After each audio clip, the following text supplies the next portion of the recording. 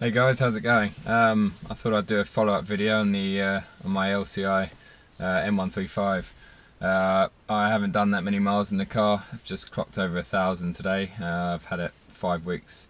So yeah, today I had a proper drive in it. Extended it a bit, you know, took it to the red line. And yeah, did a couple of 100 miles in it. Nice quiet roads. Got up early. It's Sunday. Got up like 7 a.m. and took it for a nice blast. I'll put some shots in this video.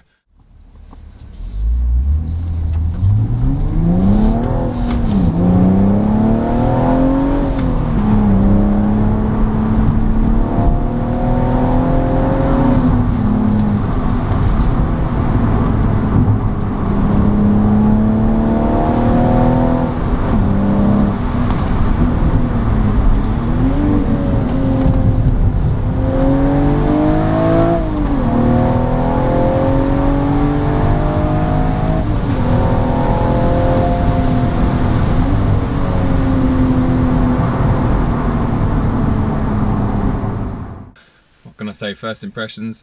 It definitely feels different to my my pre-LCI car. I know BMW claim that they haven't made any changes to suspension or setup, but to me it definitely feels different. I've spent some time in M235s, and you know, I've always thought they've definitely felt better and more stable and planted than the M135, and this LCI car definitely feels very like the 235 to me. It Yeah, it just seems to put down the power better. It seems to come out of corners better, get a bit more traction. Maybe it's because it's a brand new car, but yeah, to me, I genuinely think it feels like a more sorted chassis or setup. Yeah, other things to note. So the manual box, obviously I've gone from the fantastic ZF 8-speed auto to the manual, and yeah, I don't regret it at all. You know, a few days before picking up the car, I was thinking, God, am I going back a step? And I'm certainly not going forward a step by going for the manual, but I just wanted something a bit more engaging, and that's what the manual is. That's what it's given me. I use the car less now than I used my previous one, but every time I get in this car, you know, I get excited about staring the manual box. It's got pros and cons. Yeah, it doesn't matter what anyone says. Forget about the forums. Forget about everything. The manual is a slower car than the 8-speed auto. That's without doubt. There's no compromise. You know, you can't shift, especially when it's new. It's taken 1,000 miles, and the notchiness is still there, but it's getting better. And I'm sure sort of 5-10,000 miles down the road, it's you know, it'd be a lot easier to shift, especially third to fourth. I find quite hard.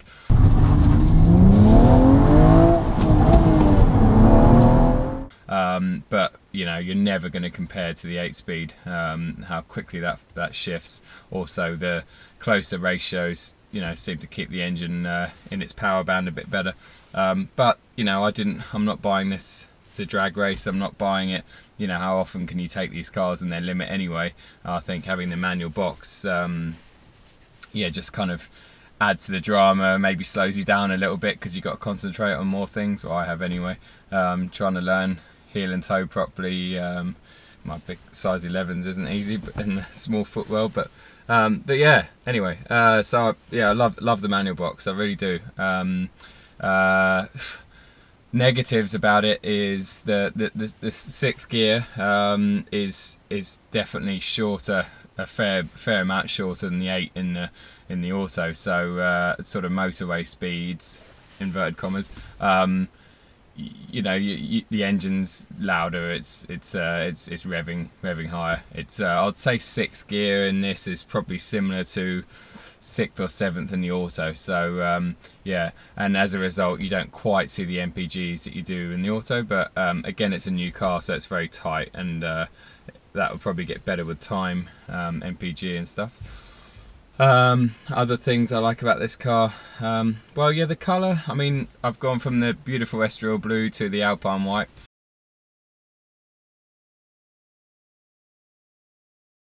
I like the white. I don't dislike it at all. I think it's great, but now when I see estuarial blues out and about, and there are a fair few out there, I do, you know, I will miss the estuarial blue, and I think there's nothing more rewarding than when you sort of clean and polish the estuarial blue, and it just, you know, in the sunlight looks the business. Whereas the white, you know, it looks great, but it's, I guess it just sort of blends in even more. But yeah, I can't complain. The actual paintwork and stuff, the finish seems really good. I mean, I've only cleaned it I think twice, so yeah, it's great. Other things to note, yeah, the interior, you know, the tiny changes of the finish and the qualities definitely feels a bit nicer in here. Yeah, what else? The steering wheel, I went on about that in my first video, and obviously that's not an LCI change. I know a lot of you guys got them on your sort of 14 plate, you know, later first gen cars, but it is such a nice, lovely wheel to hold, and perfect size, and the rims a bit narrower than the original one, which I found a bit fat even with my big hands. So that's great. Oh, headlights, yes, let's talk about lights. Right, so I had my first F20, I had a 120 diesel 2012 model, and that had adaptive xenons, and they were fantastic, they were amazing. Then I got the 2013 M135, and I didn't go for the adaptive, I just went for the xenons. I was trying to keep that car as cheap as possible, and they weren't great. They seemed to face the ground too much. BMW couldn't adjust them any higher. You know, they just didn't seem to. Full beam, they're high beam, they're amazing, but on dip beam they just weren't fantastic.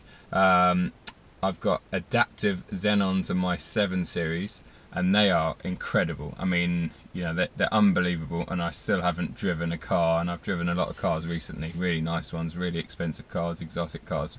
I've driven nothing that compared to the lights that are on my 7 series.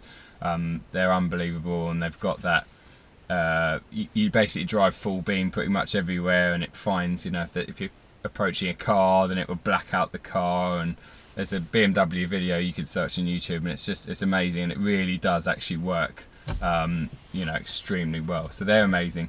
So I jumped into this thinking, okay, LEDs, you know, the next new thing. They're adaptive, but they're not the same, you know, they're not in the same league as you get in the more expensive BMWs.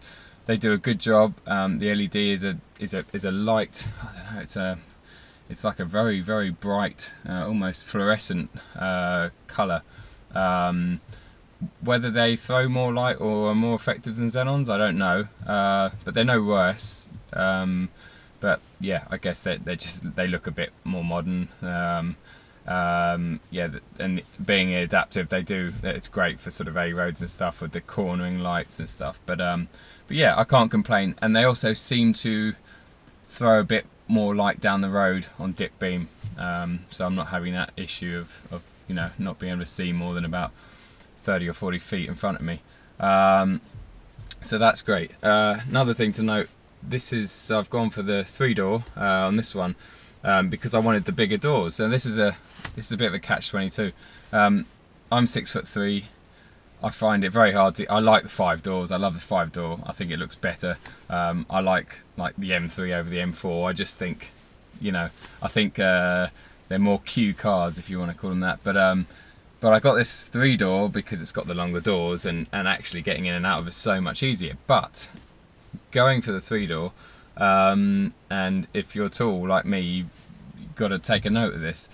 If you're going for the 3-door, the front seats are slightly different in that they've got a mechanism underneath them to help to aid them to fold forward to get your back passengers in.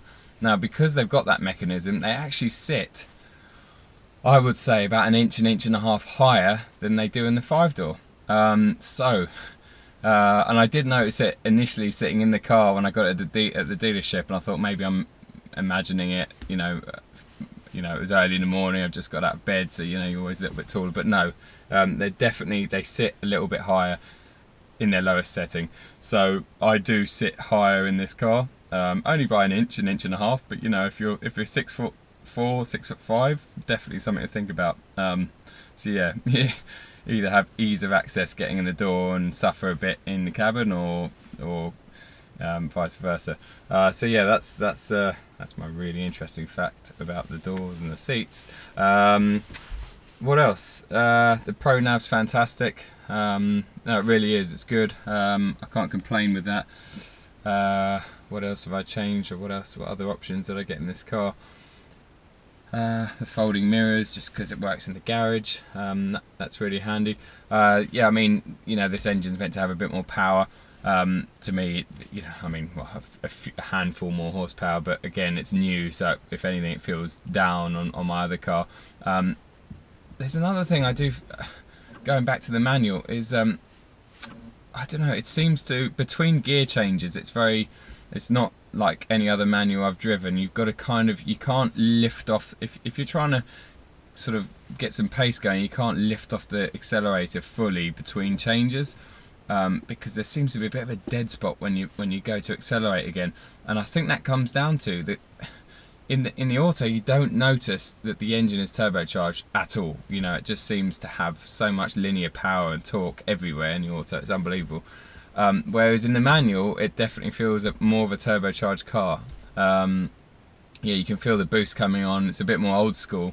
So I think that's why when you change gear, you know, 3,000-4,000 revs, and there is a little bit of a hesitation there. And I especially noticed it getting out. A friend of mine's got a lovely Cooper S-Works, and I drove that back to back with this the other day, and that you know, the gearbox and that's fantastic, and also yeah, there was just no hesitation. It just always seemed to be on boost and accelerate between gears. Whereas this one, there's a bit of a dead spot, so you kind of need to compromise by keeping the revs on slightly as you're changing up in the box, just to keep that turbo spinning. But again, that might be something that frees up, gets better over time. Yeah, well, I think I've gone on enough now. But yeah, otherwise I love this car. I love my first car, so it's no big surprise really. Yeah, I'm going to take it on try and do a bit of a bigger road trip, hopefully by the end of the year, depending on let's hope this lovely October weather hangs around. If it doesn't, then yeah, we'll have to see. But yeah, it's fantastic. I really am. I'm happy with this car, and yeah, I couldn't recommend it higher. Thanks again to Jordan, the salesman down at Chandler's Hailsham BMW. Those guys are great. So yeah, cheers man, and I'll update you, do some more videos very soon. Alright, thanks a lot guys, see you, bye.